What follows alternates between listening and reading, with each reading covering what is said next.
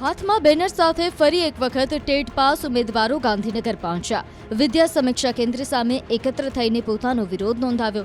માધ્યમિક અને ઉચ્ચતર માધ્યમિક શાળામાં બીજા રાઉન્ડની ભરતીની માંગ સાથે મોટી સંખ્યામાં ઉમેદવારોએ પોતાનો રોષ પ્રગટ કર્યો। તેમની માંગ છે કે 2900 જેટલી જગ્યાઓ ખાલી પડી છે, તેમાં ભરતી કરવામાં આવે। જો ભરતી પ્રક્રિયા પૂર્ણ નહીં કરવામાં આવે તો ઉગ્ર આંદોલન કરાશે। 9 થી 12 માં જે ભરતી પ્રક્રિયા થઈ છે એમાં જગ્યા વધારો કરવામાં આવે, તેમજ અમે રહી નથી ગયા, અમને રાખવામાં આવ્યા છીએ। હાયર સેકન્ડરીમાં અંદાજે 1500 જેવી જગ્યા, માધ્યમિક વિભાગમાં 1400 એમ કુલ મળીને 2900 જગ્યા ખાલી પડેલ છે। અમારી રજૂઆત એ છે કે વર્તમાન સમયમાં ચાલી રહી શિક્ષણ સહાયકની ભરતી પ્રક્રિયામાં અમુક ઉમેદવારો એવા છે જે હાઈ મેરિટવાળા હોવાથી એમને ડબલ શાળા ફાળવવામાં આવી છે। એક જ ઉમેદવારોને બે શાળા ફાળવવાના કારણે ઘણા બધા ઉમેદવારો છે એ રિપીટ થયા છે અને 11-12માં હોય તો એ 9-10માં નજીક મળે તો 9-10માં નીકળી ગયા છે। આમ પોતાની પસંદગીની શાળા મળે એમ લોકો છે એ જગ્યા બગાડી છે। આ વિદ્યા સમીક્ષા કેન્દ્રની બહાર તમામ જે ઉમેદવારો જે છે તે પોતાના શિક્ષણ સહાયકના બીજા રાઉન્ડ માટે થઈ અને આંદોલન કરતા નજરે પડી રહ્યા છે। પોસ્ટર બેનર સાથે તમામ લોકો જોવા મળી રહ્યા છે અને સાથે બેનરની અંદર એ પણ દર્શાવવામાં આવ્યું છે કે અડધી ભરતી બાકી છે, અમારી નોકરી બાકી છે।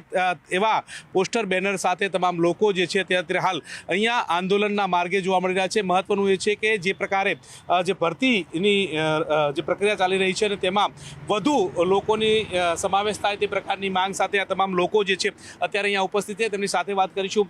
કેટલા રાઉન્ડની અત્યાર સુધીમાં ભરતી થઈ છે? આપ આ બીજા રાઉન્ડની વાત કરી રહ્યા છો, આખી વાત શું છે? ફર્સ્ટ રાઉન્ડની જ અત્યારે ભરતી થઈ છે અને એમાંય આ બધા ઉમેદવારોનું કહેવું છે કે ભરતી અત્યારે જગ્યાઓ ઘણી બધી ઓછી છે અને જગ્યા વધારો અને ભરતી કરો, જગ્યા વધારો, ભરતી કરો તે પ્રકારની માંગ સાથે આ તમામ લોકો અહીંયા ઉપસ્થિત છે। અત્યાર સુધીમાં કેટલી ભરતી કરવામાં આવી છે? હવે કેટલી માંગ છે આપની અને શું માનો છો?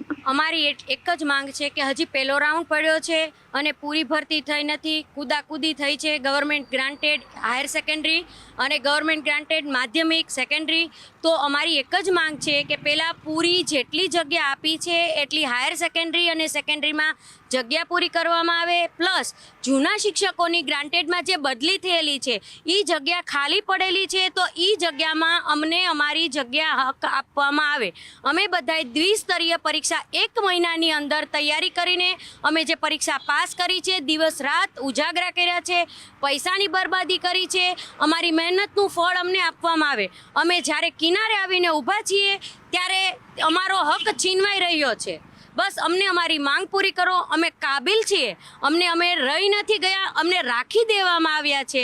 તો સરકારશ્રી પાસે અમારી એક જ અપીલ છે, એક નમ્ર વિનંતી છે। ચોક્કસથી તો આ નમ્ર વિનંતી કરી રહ્યા છે ને આ પ્રકારનું આવેદન તૈયાર કરવામાં આવ્યું છે જેમાં જે ટેટ ના જે ઉમેદવારો જે છે તે શિક્ષણ સહાયકની ભરતી થાય તે માટેની રજૂઆત કરવા માટે આવે છે। ક્યાં રજૂઆત કરવા માટે આવ્યા છો અને શું મુખ્ય રજૂઆત છે? કોને અહીંયા આવેદનપત્ર આપવાના છો?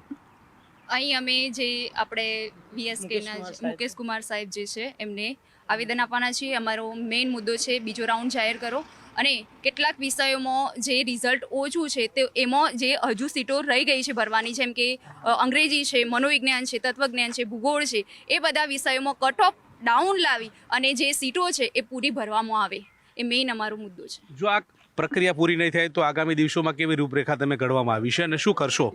સર, અમે અમદાવાદ છે ને જ્ઞાન સહાયકનો કેમ્પ હતો, ત્યાં હમણાં 2 દિવસ પહેલાં જ ગયા હતા, બરાબર છે?